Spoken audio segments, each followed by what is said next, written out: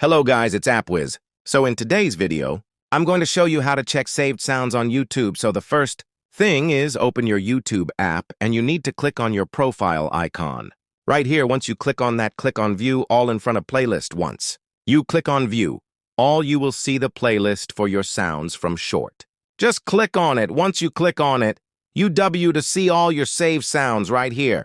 So if you want to use the sound for your own shots, then make sure it is done. So the first thing is open your YouTube and click on the plus icon right here.